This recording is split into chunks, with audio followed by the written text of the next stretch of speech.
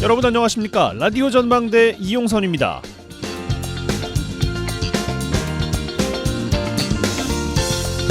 12구 참사 1주기를 앞두고 전국 곳곳에서 추모 행사가 열리고 있습니다. 지난 1년간 우리 사회는 어떻게 변했을까요? 이태원 참사 진상규명을 위한 특별법은 아직도 국회 법사위에 머물러 있습니다. 패스트트랙 지정이 무색한데 올해도 수만 명이 이태원과 그 일대에 모일 걸로 예상하고 당국이 3,000명의 인력을 배치한다고 하죠. 그런데 지난 참사 이후에 제대로 된 원인 규명과 책임자 처벌, 재발 방지책이 안 나온 상태에서 또 다른 비극이 나오진 않을까 참 조마조마합니다. 무엇보다도 12구 참사가 한 발도 앞으로 나가지 못하게 발목을 잡은 것 중에 하나가 희생자들에 대한 삐딱한 시선들이었어요. 유흥을 즐기다 죽은 사람들까지 국가가 책임져야 하는가라는 생각들이었습니다. 그 시간에 공부하고 일하러 갔던 내가 더 약자다 이런 식의 비난이었죠. 결국에는 피해자다움을 이야기하는 사이에 사태 해결과 재발 방지를 위한 발걸음은 더디기만 했습니다. 바꿔 말하면 우리가 여행을 가다가도 또 많은 사람이 모이는 공연장이나 축제장에서도 같은 일을 당할 수도 있고요. 예기치 못한 사고에 국가의 공권력에 구멍이 있었고 희생을 키웠다면 그 구멍을 채우고 책임자에 대한 처벌이 뒤따라야 한다는 겁니다. 그들만의 이야기로 치부하지 않았으면 좋겠습니다. 내일 여수에서는 매년 20만이 넘는 관람객이 모여서 가을 밤바다를 수놓는 화려한 불꽃 축제를 맞이하게 됩니다. 국가가 마련한 안전한 시스템에서 시민들의 안전의식이 빛날 수 있기를 바라겠습니다. 오늘 라디오 전망대가 준비한 소식입니다. 지역 소식들 뉴스 브리핑 통해서 들어보고요. 매주 금요일 코너 민원 해결사 YMCA 토론 차례로 이어집니다.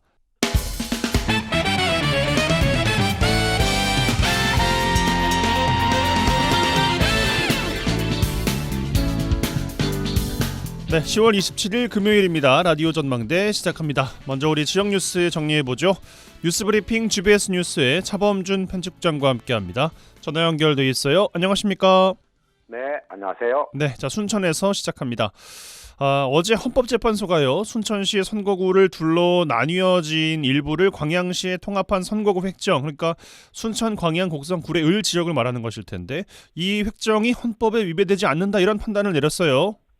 네, 26일 그러니까 어제 헌법재판소가 순천시민대책위원회가 공직선거법에 순천시와 관련한 일부 조항에 대해 제기한 헌법소원 심판 청구를 재판관 전원 일치 의견으로 기각했습니다. 순천시 선거구 지난 2020년 3월에 개정된 선거법에 따라 순천시의 기준 인구가 상한선 27만 명을 넘겨 선거구를 두 개로 나누도록 했습니다. 결국 인구 5만 5천 명의 해룡면을 인접한 광양시 선거구로 통합하도록 함으로써 해룡면은 순천시의 행정구역임에도 순천이 아닌 광양, 곡성, 구례 선거구에 편입돼 국회의원을 뽑은 바 있습니다. 당시 순천 시민들 순천시의 지역구가 분할되어 지역구 의석이 한 석이 더 늘어날 것을 기대했는데 오히려 지역 행정구역이 다른 선거구로 편입되면서 큰 반발이 있었고 또 국회의원 선거 과정에서도 이 해룡면 선거구의 재통합과 지역구의 국회의원 의석의 한 석 추가 확보가 주요 쟁점이 된 바 있습니다. 2020년 총선이 끝나자 순천 지역 정치권과 지역 주민들의 의견을 반영한다며 일부 법무법인 등이 순천 지역 선거구 분할이 헌법에 명시된 주민의 정치 참여 기회를 박탈하거나 입 후보를 제한하는 등 선거권과 평등권을 침해했다며 헌법재판소에 헌법 소원을 제기한 바 있습니다. 예. 헌법재판소가 결국에는 인위적이고 기형적인 현재 순천시 선거구 분할이 헌법에 위배되지 않는다 이런 판결을 내렸습니다. 헌재의 구체적인 기각 사유 내용 그리고 해룡면의 향후 선거구 통합 방향을 좀 정리해 주실까요? 네, 어제 헌법재판소는 순천시 해룡면의 선거구 분할의 헌법 불일치 헌법 소원에 대해 순천시 해룡면의 선거구 분할은 선거구 간 인구 편차를 줄이면서도 기존의 선거구 변동으로 인한 혼란을 최소화하고 또 농촌이나 산촌, 어촌의 지역 대표성을 반영하기 위한 부득이한 조치라고 볼 수 있다며 청구를 기각했습니다. 또한 헌법재판소는 해룡면과 통합된 광양선거구 등이 순천시와 생활환경 등에서 다소 차이가 있더라도 그 차이가 하나의 선거구를 형성하지 못할 정도로 현저하다고 보기는 어렵다고 밝혔습니다. 또한 국회가 해당 지역 선거인의 정치 참여 기회를 박탈하거나 특정 선거인을 차별하고자 하는 의도를 갖고 있었다기 어렵다. 이렇게 판단했습니다. 헌재는 개정선거법 조항이 자치구와 시군의 일부 분할을 금지하는 선거법과 배치되는데 위헌적이다. 이런 주장에 대해서도 입법자, 즉 국회가 스스로 이 사건 특례 조항을 둬서 예외를 인정한 것을 근거했기 때문에 두 규범 사이에 충돌 문제가 발생한다고 보기 어렵다. 이렇게 했습니다. 예, 국회가 했는데 뭐 그렇다는 말씀이신 것 같은데 결국은 이번 헌재 헌법소원 기각이 순천시 해륙면 선거구의 원상 회복이나 순천시 국회의원 선거구 의석이 한석 추가되는 주민들의 기대에 과연 어떤 영향을 줄 것이냐, 뭐 이게 가장 중요한 거 아니겠습니까?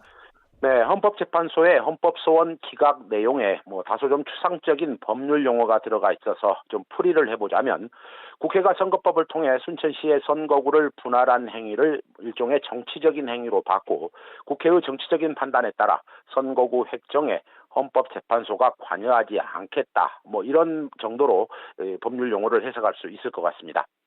이번 헌법재판소의 판단으로 결국 순천시 해룡면의 선거구 원상 회복을 통한 통합 부분이나 또 순천시의 국회의원 의석의 추가 확보 문제는 다시 공이 국회, 그러니까 정치권으로 넘어간 상황입니다. 순천시로서는 헌법재판소에서 위헌 판정이 내려졌다면 이 선거구 통합을 요구하는 주민들의 요구에 좀 더 힘이 실렸겠지만 결국 또다시 국회, 이 정치권의 선거구 획정을 이 국회의 어떤 결정을 마음 졸이며 지켜볼 수밖에 없게 됐습니다.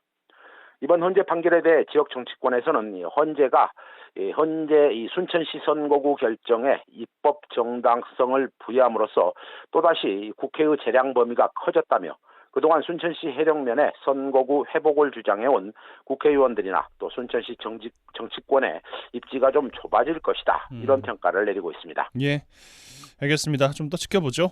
자, 여수로 가겠습니다. 최근에 여수시청 공직자들의 비위 의혹이 잇따라 발생하고 있습니다. 공직사회에 대한 비난이 거센데 최근에 정기명 여수시장의 리더십을 비판하는 목소리가 시의회 내부에서 나왔어요. 네, 여수시청 공무원들의 공직기강 해이를 비난하는 목소리가 여수시 의회에서 나왔습니다.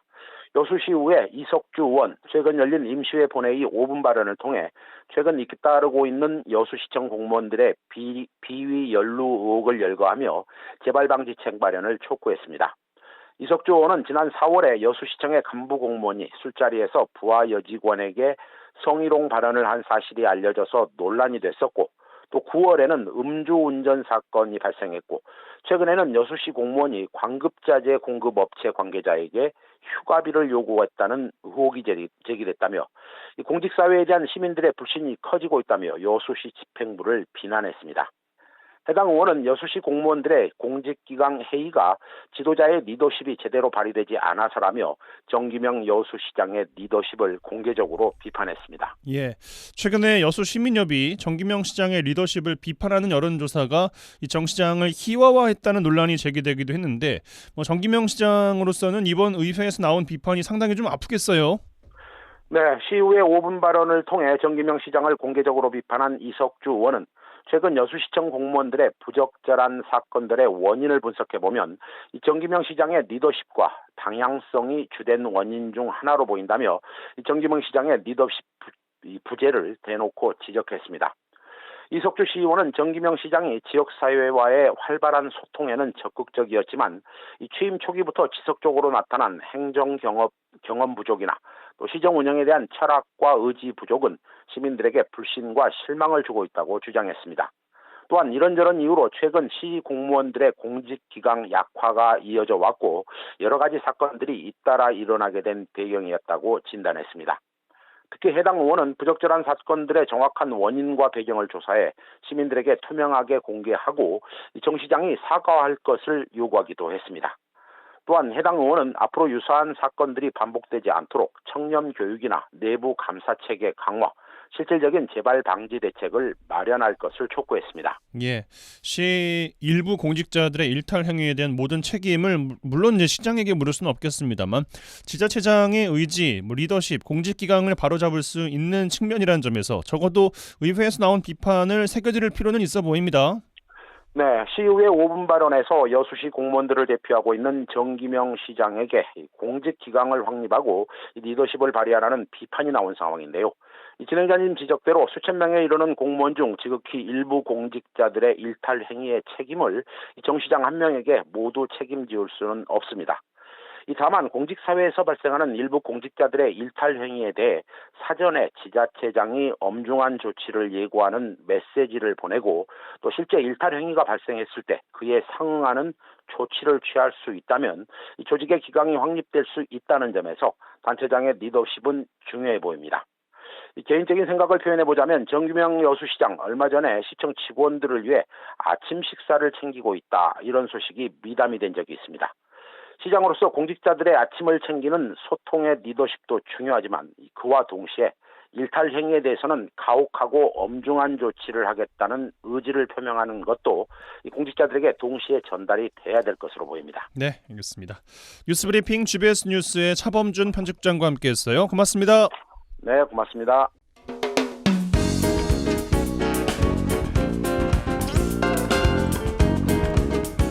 고충을 듣습니다. 라디오 전망대 민원 해결사.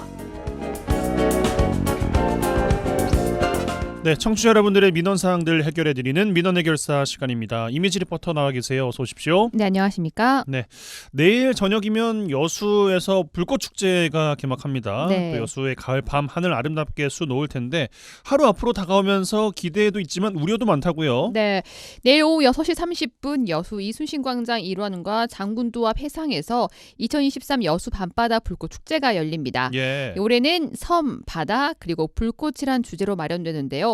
이 하루 앞으로 다가오면서 여수 시내 곳곳에는요 임시 추장을 알리는 표지판이 세워지고 차량 통제 시간 안내 현수막이 걸려 있습니다. 이 매년 빛과 음악으로 여수 밤바다를 수놓으면서 수많은 관광객과 지역민들이 축제장을 찾는데요. 올해도 어김없이 많은 인파가 몰릴 것으로 예상하고 있습니다. 예. 그로 인해요 질서나 교통에 대한 걱정이 가장 컸습니다. 심각한 혼잡으로 인해 축제장을 찾지 않을 것이 시민도 있었고요. 막상 가려니 걱정부터 앞선다는 시민도 있었습니다. 저는 너무 정신이 없어요. 일단 찾을 데가 없고 사람이 너무 많고 위험하고 작년에 29일날 이태원 사고도 났는데 사람이 너무 많이 몰리면 또 위험하지 않을까요? 물론 뭐 항공관에서 하는 건 아니지만 그래도 어찌됐건 또 시기가 또 시기니만큼 사실 여수에서 이렇게 크게 불꽃놀이 축제를 매 해년마다 했지만 너무 복잡하다는 이유로 안 가고 좀 피했었는데 도전 아닌 도전을 해보려고 해요. 근데 보는 사람들은 되게 좋았다고 해요. 이야기 들어보니까 가서 이제 집으로 오는 시간까지 2-3시간이 걸렸다. 이렇게 하니까 거기에 대한 걱정은 조금 있죠. 엄청 많이 와요 이쪽에. 응. 차가 아예 나중에는 들어오다가 그냥 저 한복판에 다 서버리더라고. 그거 보려고 그냥. 차 대놓고 택시 타고 갔다가 내를 온다는 사람들이 있어 지금. 예, 뭐 질서나 교통 혼잡 문제는 뭐 매번 나왔던 이야기이긴 합니다만 네. 한편으로는 이런 지적도 있습니다. 아름다운 불꽃놀이가 뭐 인간이나 아니면 환경에 미치는 영향은 없을까? 이런 지적도 나오고 있다고요. 네, 한순간의 아름다움이 심각한 대기 오름을 일으키는 것으로 나타났습니다. 이 폭죽이요, 화학물질을 태우며 여러 색깔과 다양한 형태로 만들어 사람들의 눈을 즐겁게 하잖아요. 예. 하지만 화학물질이 타고 난 뒤에는 이 환경오염에 영향을 주는 미세먼지와 다량의 연기가 발생하는데요. 이 안에는 대기질에 나쁜 영향을 주는 이산화탄소, 일산화탄소, 질소, 이산화황뿐 아니라 이 발암물질에 포함된 벤젠, 톨루엔, 엔틸벤젠 등이 포함된 것으로 알려졌습니다. 예, 그러게요. 불꽃놀이 보면서 와 예쁘다 하고 사진 찍고 동영상 찍기는 바빠도 네. 이게 우리한테 어떤 영향을 줄까라는 생각해본 적은 별로 없는 것 같아요. 네, 맞습니다. 이 폭죽은요, 화학물질이 대기 중에서 그대로 폭발하면서 다량의 유해물질이 발생하는데요. 이것을 정화할 수 있는 장치가 없기 때문에 이 모든 유해 성분이 그대로 축제장 인근에 편지게 됩니다. 축제장 인근 환경이나 인간에게 직접적 영향을 줄 수 있는 겁니다. 예. 이 불꽃놀이를 보면요, 밤이지만 연기나 미세먼지가 발생할 볼 수 있잖아요. 맞아요. 이게 다 화학물질의 연소에 발생한 가스와 미세 분진이라고 합니다. 제가 축제 인근 지역에 가서 지역민들 얘기를 들어봤는데요. 축제가 끝나면 집 주변이 까만 분유를 뒤덮는다고 합니다. 또 얼굴이나 옷에도 까만 먼지가 붙어서 건강에 이상이 없을지 걱정이 된다고 합니다. 우리가 청소를 해. 길이랑 다. 바람이 저쪽으로 불면 저쪽으로 넘어가고 그날 따라서 이쪽으로 넘어오면 이쪽으로 넘어와서 우리가 옥상 청소를 싸게 막 검은 막 거석들이 다 와서 마당에도 그렇고 옥상에도 그렇고 다 뭐 일이 온다고 막 난리를 하고 그랬다고. 막 이만석된 것도 막 오고 아마 먼지 막 타던 것들이 막 또 와서 떨어지고 그래. 끝나고 나면 그 연기라든지 불꽃놀이 끝나고 나면 재가 좀 많이 날려가지고 저희 아이들 머리에 이렇게 앉은 적이 있어요. 그래서 이게 과연 안전한가? 이게 과연 괜찮은가? 라는 생각을 들었고, 터진 것에 의해서 탄소라든지 뭐 이런 과학을 하면 이런 것들이 모여서 만든 것들이기 때문에 이것도 정말 안전한가? 일부러 우리가 돈을 써가면서 이렇게 지구를 위하지 않는 행동을 하는 게 맞는 건가? 라는 생각을 좀 하게 됩니다. 예, 불꽃놀이가 얼마나 유해한가 수치로도 확인할 수 있도록 다양한 연구들도 이어지고 있는 걸로 알고 있는데 이런 높아지는 환경 감수성의 다양한 변화들도 일어나고 있어요. 네, 이 미국 독립기념일 주간에 열리는 불꽃놀이의 경우요, 약 6만 440m 톤의 이산화탄소 발생한다고 알려졌습니다. 예. 이 수치가요, 자동차 12,000년대가 연간 내뿜는 이산화탄소 배출량과 만번 수준이라고 합니다. 또 불꽃놀이가 이루어진 인근의 호수 지표수에서 과염소산염 농도가 불꽃놀이 후에 급격하게 증가하는데 이 평균 기준치보다 많게는 10,000배가 넘게 올랐다는 결과도 있습니다. 예. 또 가까운 부산에서는요, 해운대 불꽃축제 이후에요, 유해대기 오염 물질이 가을철 일반 대기와 비교했을 때 최대 300배 이상 상승했다고 합니다. 이렇게 수치상으로도요, 환경에 큰 영향을 주는 것으로 나타나면서 환경 문제와 소음 공해 문제가 없는 다양한 방법을 고민하고 있는데요. 네. 일례로 얼마 전 이 항저우 아시안 게임 개회식에서는 화려한 불꽃놀이 대신에 환경 문제를 생각해서 디지털 불꽃놀이가 진행되기도 했습니다. 이렇게 사회 전반적으로요, 불꽃놀이는 친환경, 탄소 중립과는 거리가 먼 곳으로 인식되고 있습니다. 예, 그러게요. 요즘에는 드론을 활용한 것들, 불빛들도 좀 많이 보이는 것 같기도 하고요. 대안으로서 그렇습니다. 명암이 있기 마련일 텐데 명에 가려서 보지 못한 것이 있으면 꼼꼼하게 따질 것은 따져봐야겠습니다. 예. 민원 해결사 이미지 리포터와 함께했어요. 고맙습니다. 네, 감사합니다.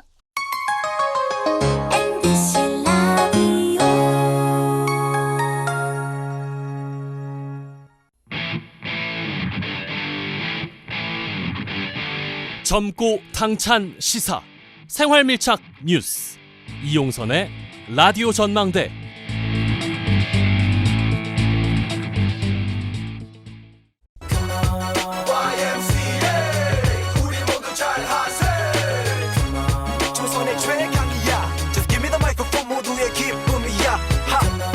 더 이상 짜고 치는 고스톱은 없다. 우리도 대본 없이 토론한다. 지역 대표 스피커 두 분과 함께하는 YMCA 토론 시간입니다. 또 금요일이 됐습니다. 한 주 정리해보죠.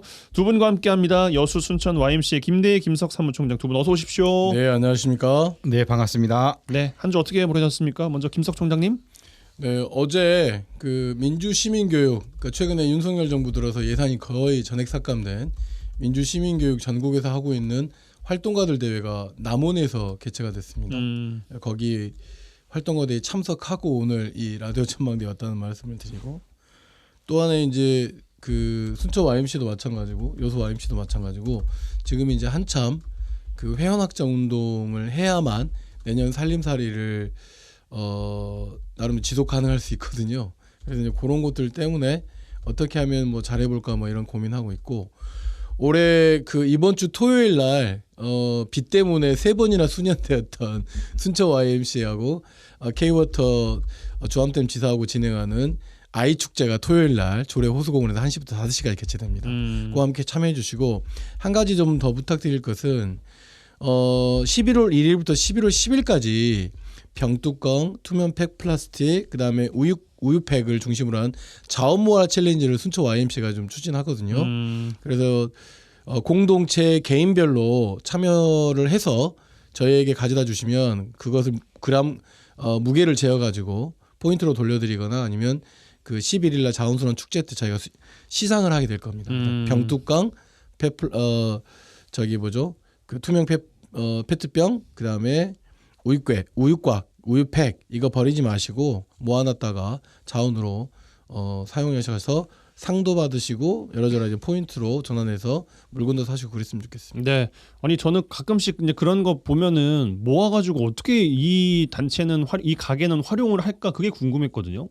모아가지고 어떻게 활용하십니까? 그거는? 일단 우리는 모아가지고 이번에 그 그램별로 최근에 페트병 같은 경우는 전문 기계가들이 곳곳에 좀 설치되어 있잖아요. 거기 하면 포인트를 적립해서 맞아요. 그걸 돌려주기도 하잖아요. 그럼 또 다시 또 다른 또 플라스틱을 생산하는 것을 소비할 수 있잖아요. 그런 게 아니라 이제 저희들은 제로 웨이스트 물품을 좀 살 수 있도록 좀 옆으로 권장한다거나 이런 거고, 중간에 이제 수거 업체들이 그걸 가져가게 되면 그만큼의 또 비용을 좀 돌려주기 때문에 이게 나름대로 어떤 순환 경제적 구조를 만들어내기 위해서 많은 곳에서 수거해주고 또 수거해가는 업체는 나름대로 많아져야 또 그렇죠. 그 생태계를 유지할 거 아니겠습니까? 그 중간 역할을 하시는 거군요. 이게 재활용 시장이 생활화돼야 된다라고 하는 게 있습니다. 알겠습니다. 김대희 총장님 어떤 한 주 보내셨습니까? 네, 그동안 여수 YMCA는 지난 14일 날 공정무역 축제를 하고요. 그리고 아기 스포츠단 전국 유아 축구 대회가 대전에서 있었거든요. 그 대전도 갔다 왔는데 최근에 10월달 들어서 저희 신무자들이 제 얼굴을 안 보려고 해요. 얼굴 보면 또 가뜩이나 또 이번 주는 청소년 길거리 농구대회하고 뭐 가사리에서 여러 환경 관련 프로그램이 있더라고요. 그래서 뭐 많네요, 뭐. 네, 그걸 신무자들 보니까 토요일 되게 예민한 한 달입니다. 그래서 뭐 신무자들이 거의 토요일 날 다 나오더라고요. 그래서 혹시 또 제 얼굴 다 피해 다니고 막 그래서 저도 몇 개 시킬 일이 있었는데 못 시키겠더라고요. 어저께는 또 여수시 사회적 경제 조직들이 모여서 윤석열 정부 하에 앞으로 사회적 경제 조직 특히 예산 삭감이 다 됐잖아요. 어떻게 될 것인지, 그리고 여수시가 사회적 경제 조직들 네트워크를 어떻게 만들지 여기에 대한 간담회를 했었는데 어저께 한 20여 명 정도 사회적 경제 대표들이 오셔가지고 아마 여러 하소연도 하고요. 그러면서 또 여수시가 그나마 여수시는 내년에 그래도 사회적 경제 여수형 사회적 경제 조직들을 만들겠다, 계속 지원하겠다 해서 그나마 다행이지만 어떻든 정부 차원에서 관심이 없는 상황 속에서 여수 쪽에 있는 사회적 경제 조직들이 내년 1년 동안 어떤 운동과 활동을 할지 간담회를 했는데, 저희 여수 YMCA도 직원 협동조합이 있거든요. 직원 협동조합도 이 사회적 넓은 의미의 사회적 경제 조직이라서 저희들도 이제 직원 협동조합 내 간담회를 통해서 여수 쪽에 있는 사회적 경제 여러 가지 협동조합 운동들과 어떻게 네트워크를 할지 한번 논의해 볼 수 있는 그런 시간들을 가졌습니다. 네, 알겠습니다. 또 두 분과 함께 한 주 마무리해 보면서 뭐 여러 가지 또 뉴스가 있었습니다만 또 이야기를 좀 풀어보겠습니다.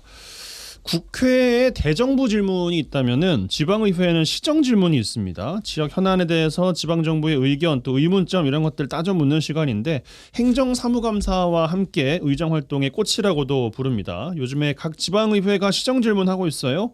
의회에서 어떤 것 관심 갖고 있는지 알 수가 있고요. 또 얼마나 잘 열심히 준비했는지도 볼 수가 있습니다. 물론 지자체장의 답변 태도나 내용을 보고도 알 수가 있겠습니다만 또 질문이 더 중요할 테니까요.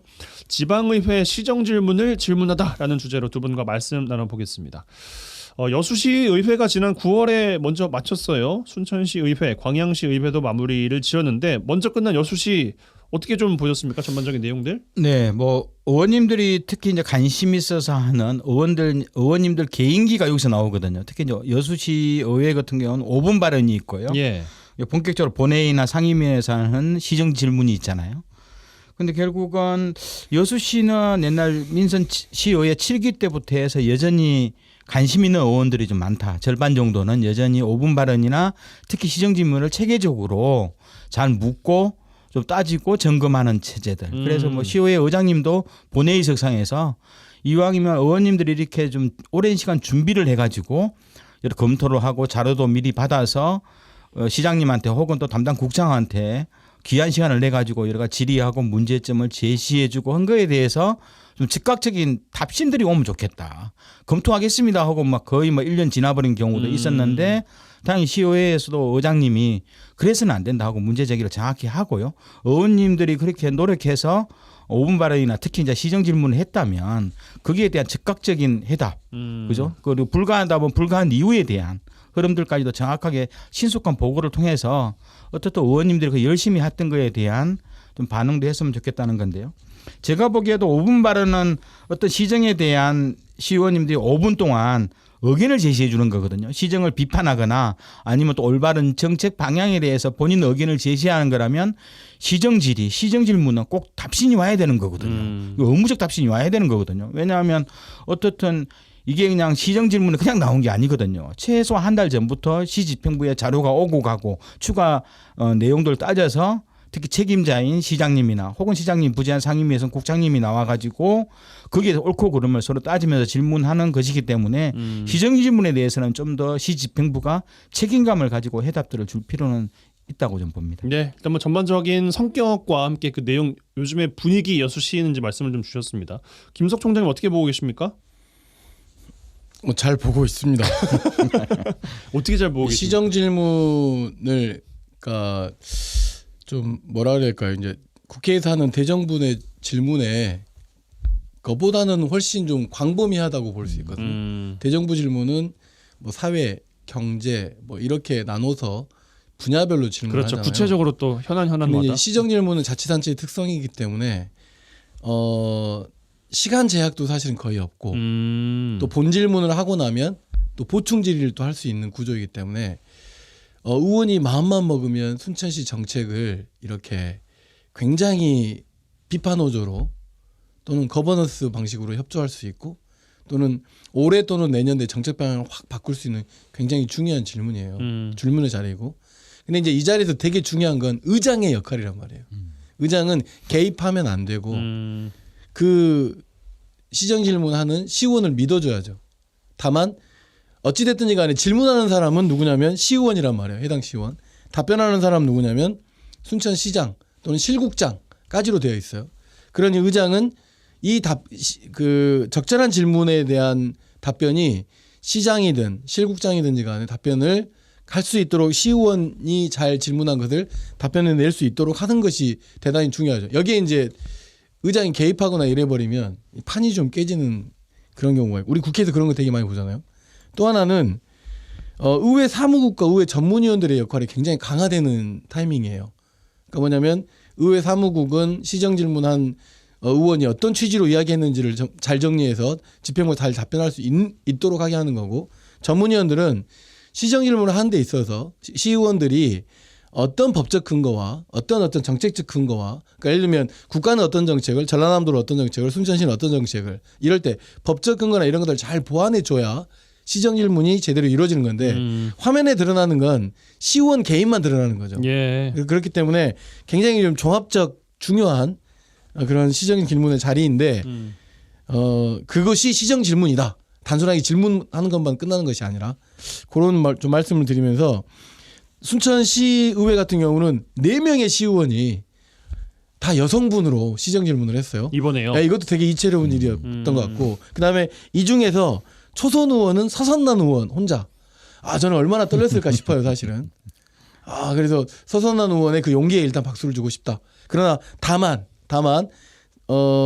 대체적으로 정책 질의는 최미희 의원님이 나머지 3분의 의원님들은 지역에서 물론 정책 질의이긴 하지만 지역에서 굉장히 해결 못한 민원 또는 지역에 굉장히 좀 주민들이 요청하는 내용들 그리고 또는 본인이 그동안 쭉 해왔는데 안 되는 의정활동 내용들 좀 중점적으로 이루어지고 대단히 좀 수고 많이 하셨다.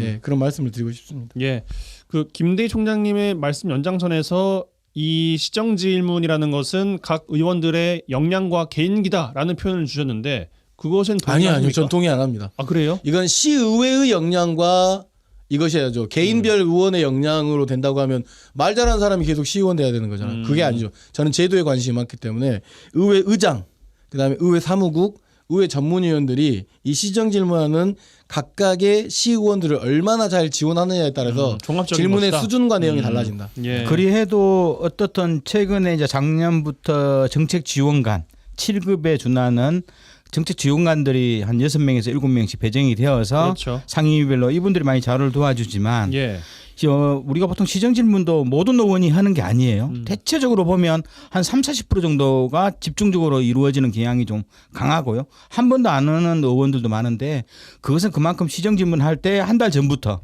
혹은 또 긴 시간을 통해서 수많은 자료와 해당된 내용에 대해서 면밀한 검토를 하는 시의원들의 노력이 아니면 그러니까 품이 많이 들어가는 거군요. 네, 그렇죠. 이게 상당히 많이 들어갑니다. 그러니까 시의원 전 해봤잖아요.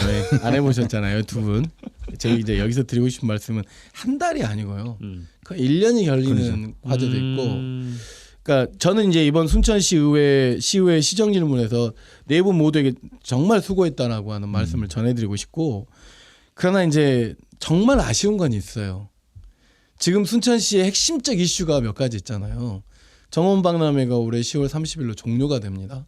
그럼 이후에 사후 활용에 대한 내용들을 좀 더 창의적으로 어떻게 해낼 거냐 또는 결산을 어떻게 정리하고 그다음 조직위원회 이후 해산 절차는 어떻게 되느냐라고 하는 것들이 이번 시정 질문에 좀 더 나왔으면 어땠을까. 두 번째는 공공자원화 시설, 시는 공공자원화 시설이라고 주민들은 소각장이라고 하는 이 갈등이 굉장히 첨예하게 되어 있는 가운데서 지금 주민들은 일단 그 입지가 안 된다는 거잖아요. 그 주변에 있는 입지들은. 그럼 이럴 때 쓰레기 전반의 정책에 대한 질의를 시정질문을 통해서 조금 의미 있는 지역 이슈와 연결된 시정질문들이 좀 있었어야 됐다.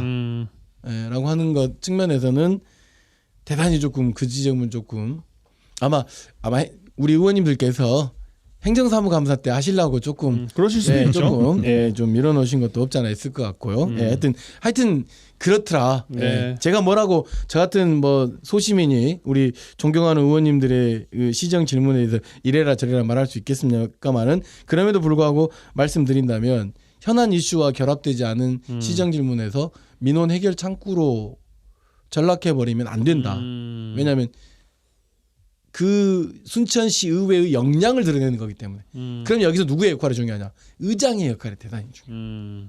민원 중심의 질의가 되는 것보다 흐름을 잡고 이건 좀 각각 개별 의원들을 지원하기도 하고 좀 질문하도록 요청도 하고 격려도 하고 그랬어야 했는데 좀 아쉬웠다. 알겠습니다. 김석 총장께서는 순천에 이제 여러 가지 이슈가 있는데 이걸 좀 따라가지 못하는 느낌이 들어서 아쉬웠다라고 하시면서 박람회 사업 활용 문제, 뭐 조직위의 향후 배치 문제, 가장 또 뜨거운 이슈인 공공자원화 시설에 대한 시 정부의 뭐 이야기 뭐 이런 것들 주문이 좀 없어서 아쉬웠다 말씀 주셨는데 여수는 좀 관심 갖고 지켜봤던 이슈가 있으셨습니까, 김대희 총장님?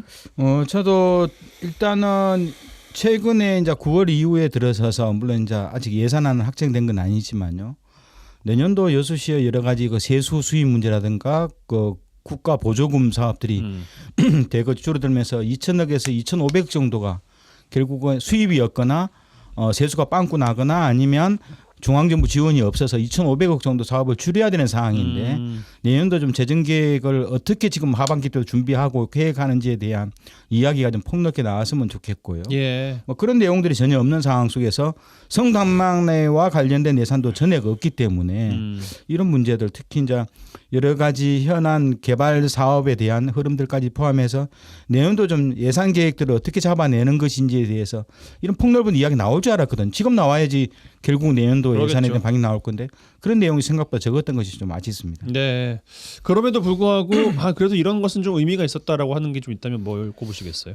제가 봤던 경우는 뭐 이석주 의원이 계속적으로 그 시정 질문에 대한 흐름들 나왔던 거에 대해서 왜 좀 전체적인 내용들이 보고 체계가 좀 부족하냐. 특히 이제 웅천동은 여수시 내에서도 굉장히 핫한 곳이고요. 인구가 집중화되는 곳인데 그러면서 여러 가지 개발 계획이 10년에 걸쳐서 얽히고 설켜서 지금 엉망진창이 되었지만 어떻든 많은 시민들이 거주하는 곳인데 1년 전에도 여러 가지 시정 질문을 통해서 문제 제기했던 파출소 문제라든가 새로운 학교 이설이나 신설 문제 또 뭐 분동 문제 이런 문제에 대해서 다양한 문제 제기를 틀림없이 했는데 그럼에도 1년 가까이 되도록 시의회에서 아무런 답변이나 내용이 없었던 거에 의해서 다시 재차 질문해 나가는 과정 속에서 어떻든 다양한 지역 개발과 관련된 문제 또 지역의 인구 집중화가 이루어지고 있고 또 이에 따른 공동화에 따른 시 집행부의 좀 다양한 정책들을 촉구하는 이런 모습들은 저는 좋은 모습이라고 봅니다. 예.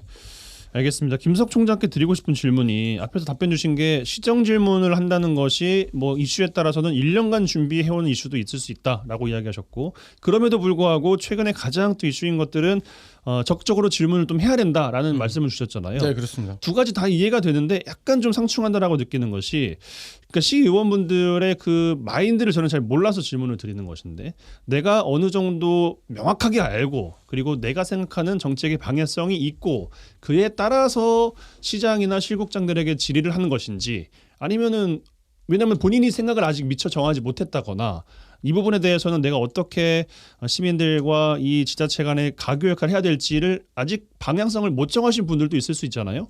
근데 이게 문제라는 것은 누구나 다 알아요. 그럼에도 불구하고 질문을 해야 된다는 것인지 그게 좀 궁금하거든요. 그렇지는 않죠. 그러니까 예를 들어서 두 번째 사례 같은 경우는 좀 더 보완할 시간을 갖춘 가운데서 그러니까 질문을 해야 될 그러니까 정책 방향이 이게 시민들과 함께 의견을 물어보니까 옳다라고 하는 판단이 들었으면 네. 판단이 들었는데 시가 그쪽 방향으로 가려고 하지 않는다거나 아니 그쪽 방향에 관심이 없다거나 그쪽 예산이 줄어나 여러 가지 변수들이 있는 거잖아요.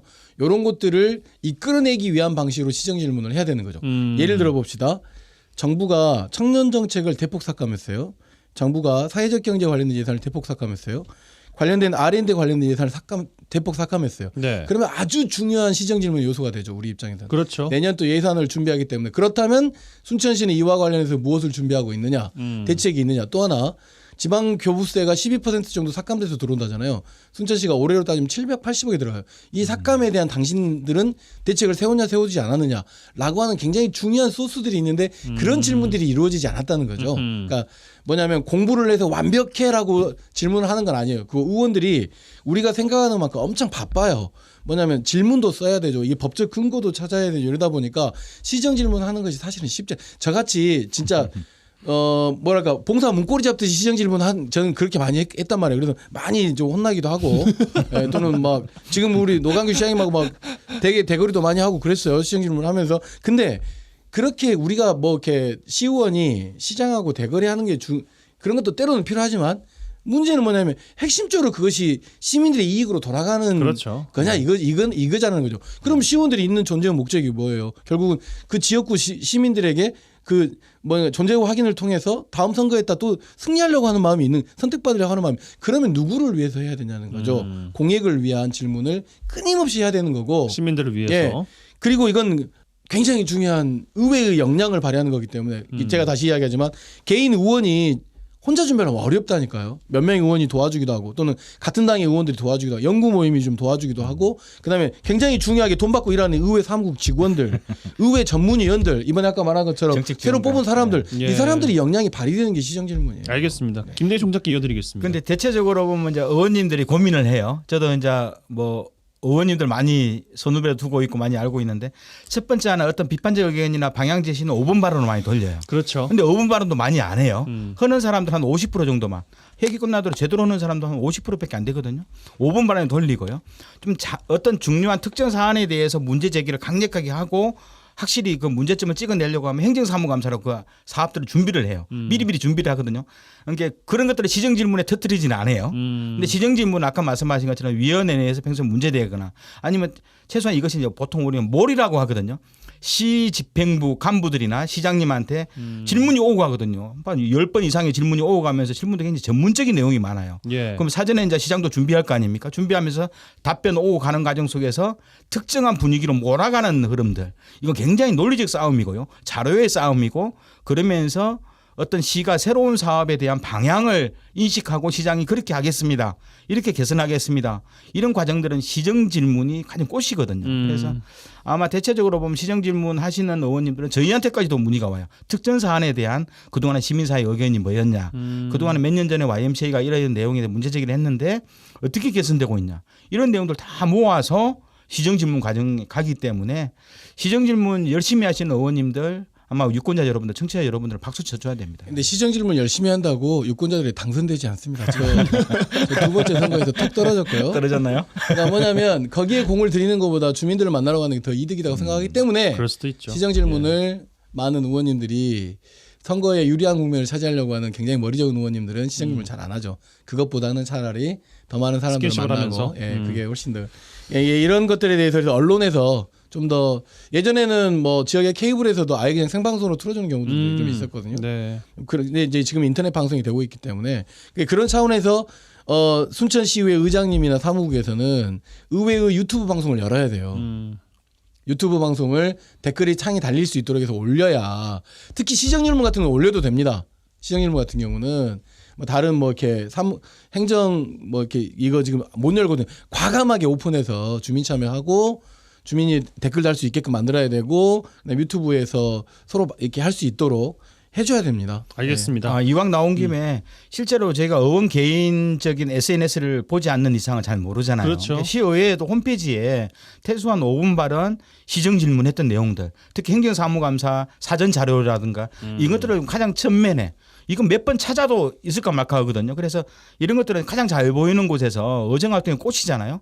이런 것들은 주로 어떤 의원들이 어떤 내용들을 질문했고 거기에 대한 시장님의 답변이 뭔지는 물론 이제 완결된 최종 결론이 이제 행정문서이기 때문에 거기에 대한 부담감이 시의회에 있지만 그래도 어떻든 최근 한 보름 이내에 일어났던 중요한 시정 질문에 대해서는 홈페이지 가장 잘 보이는 것을 올려줘야지 시민들이 어떻든 시의회가 예. 또 거기에 따라서 시장님이 어떤 발언과 내용을 할 건지에 대해서 알 수 있기 때문에 좀 시의회 홈페이지에 좀 공개하는 내용들을 적극적으로 좀 했으면 좋겠습니다. 예, 이게 또 시정 질문 하다 보면 시장님이 누굴 좋아하고 누굴 싫어하는지가 바로 드러납니다. 왜냐하면 다시 이야기하지만 시정 질문은 정보의 차이를 줄이는 시간이잖아요. 네. 그 질문하는 사람과 답변하는 사람의 감정이 서로 오간단 말이에요. 그러니까 서로 관계가 좋으면 또는 이게 좀 좋았다가 좀 그럴 수 있죠. 아니면 예. 사람이 하는 그런 일이니까. 거죠. 예. 그런 것도 또 볼 재미가 있는 거죠. 알겠습니다. 근데 찾아보다 보니까요. 군 단위 지방의회에서는 군정 질문 자체가 수년간 열리지 않은 곳도 있다고 하는데 이거는 뭐 군이다 보니까 의원님들 수가 좀 부족해서 그런 물리적인 행정은 걸까요? 똑같아요. 행정은 똑같은데 그러니까 그런 이야기를 MBC에서 원인을 이야기해 굳이 주십시오. 찾아본다면 찾을 필요가 없어요. 게으른 거죠. 게으른 거고. 예. 시정 질문 안 해도 되는 거죠. 단언할 수 있으십니까? 미안합니다. 그 부분은 취소하도록 하겠습니다. 무슨 이야기냐면 그만큼 의회에 대한 국민들에 대한 관심이 그렇게 높지 않기 때문에 그럴 수도 있고 또 그걸 들여다보는 언론이나 그런 어떤 미디어 이런 것들이 부족하기 때문이다 그럴 수 있지만 관심 가져주면 군 의원님들께서 열심히 시정 질문하려고 할 겁니다. 김대 총장님 어떻게 분석하십니까? 제가 보기에도 군 의원님 중에서도 문제 제기를 했으면 저는 이제 시 집행부도 군 단위 집행부도 문제인 거예요. 어떻든 시정 질문이 안 나오기를 원하는 거거든요. 그래 미리 시의원이 자료 요청하면 군 의원이 자료 요청하면 이게 굳이 막을 건 아니다. 자료를 요청하면 이제 무슨 일이 벌어진 줄 알고 그 군에서 이제 담당 공무원들은 군정 질의 자체를 못하도록 만들잖아요. 맞아 그런 경우도 있습니다. 그런데 그래서는 안 되고 이래야지만 건강하게 그 군의 그 시정 발전이 이루어지는 것이기 때문에 어떻든 군 의원님 한 분 한 분이 어떤 자료를 요구하고 또 군정 질의, 시정 질의 하겠다 그런다면 이게 좋은 해상으로 받아줘야 되는 거거든요. 알겠습니다. 그래야지 공무원들도 어쨌든 한 방 얻어맞으면 또 정신 차려서 그런 일이 안 일어나도록 또 뭐 세신하고 하는 분위기 때문에 너무 그걸 겁먹을 필요도 없다. 네. 예전에 저 의원 때 이종철, 뭐 임종기, 이봉남, 최미의원 이런 분들 정말 시정 질문 정말 잘하셨거든요. 네. 저는 빼고요. 많이 떨어지셨죠? 알겠습니다. 자, 마지막 질문을 드려야 될 것 같은데 자연스럽게 뭐 꽃 두 송이가 있다고 하면 이제 행정사무감사 이야기를 또 안 할 수가 없는데 이제 11월부터 열리게 됩니다. 요거는 지금 올해 안 짚으면 안 된다, 큰일 난다, 꼭 짚어주셔라 하는 거 이야기해 주시면 좋겠습니다. 30초씩 드리겠습니다. 네, 제가 먼저 말씀드리면 정원박람회 결산에 대한 문제입니다. 그러니까 수익이 얼마 정도 났다라고 하는 건 세수입으로 들어와야 가능한 거거든요. 그것에 대한 의원들이 절차를 정확하게 집행부가 어떤 프로세스를 갖고 있는지를 알아야 되고 두 번째는 지금 현재 공공자원화 시설에 대한 굉장히 좀 갈등이 커져가고 있는 문제만 지금 드러나고 있는데 실제로 방향이 무엇인지에 대한 내용들의 정책적 질의와 상임위는 대단히 좀 필요하다고 생각하고 세 번째는 주민 참여 관련된 정책들이 상당 부분 지금 현재 많이 뭔가 이렇게 좀 얽혀 있는 느낌이 들거든요. 이걸 좀 더 명확하게 좀 풀어줄 수 있도록 순천시 의회 의원님들께서 정책 질의들을 좀 많이 남겨주시면 좋겠고 끝으로 약 780억 정도의 교부금이 좀 줄어드는 문제에 대해서 이건 모두가 함께 노력해야 되기 때문에 재정 건전성에 대한 그 내용들이 좀 검토돼야 된다. 알겠습니다. 김대희 총장께 드리겠습니다. 네, 저는 여수시가 그동안에 그 웅천 개발 사업이 한 10번에 걸쳐서 9번에 걸쳐서 대규모 좀 변동이 있었는데요. 최근 뭐 그동안에 생수시설 주차장 문제도 마찬가지로 이게 일부에 포함됐지만 웅천 개발 사업이 그렇게 수많은 변동과 엉망진창이 된 거에 대해서 한번 최소한 좀 행정사무감사를 통해서 처음부터 좀 최근까지 흐름 속에서 무엇이 문제인지를 조사위원회를 열으라고 하십시오. 조사위원회를 열었습니다. 열었음에도 불구하고 이런 내용들을 한번 좀 재점검해보고 또 새로운 시의회 차원에서 대응 방법이 뭔지를 나왔으면 좋겠고요. 특히 이제 여수산단 환경안전 문제 3년 전에 대교 오염 물질 조사 사건이 있었어요. 그 뒤에 좀 처리 결과 과정에 대해서도 행정사무감사를 통해서 어떻든 추가적으로 여수시에서 좀 해야 할 수 있는 일들, 대안들을 좀 만들어내는 그런 행정사무감사가 좀 되었으면 합니다. 알겠습니다. 오늘은 시정 질문을 질문해봤습니다. 지방의회 많은 관심 촉구드리면서 이번 주 이 시간 이렇게 마무리하죠. YMCA 토론 여수 순천 YMCA 김대희 김석 사무총장 두 분과 함께했어요. 두 분 고맙습니다. 네, 감사합니다. 네, 감사합니다. 의원님들 화이팅.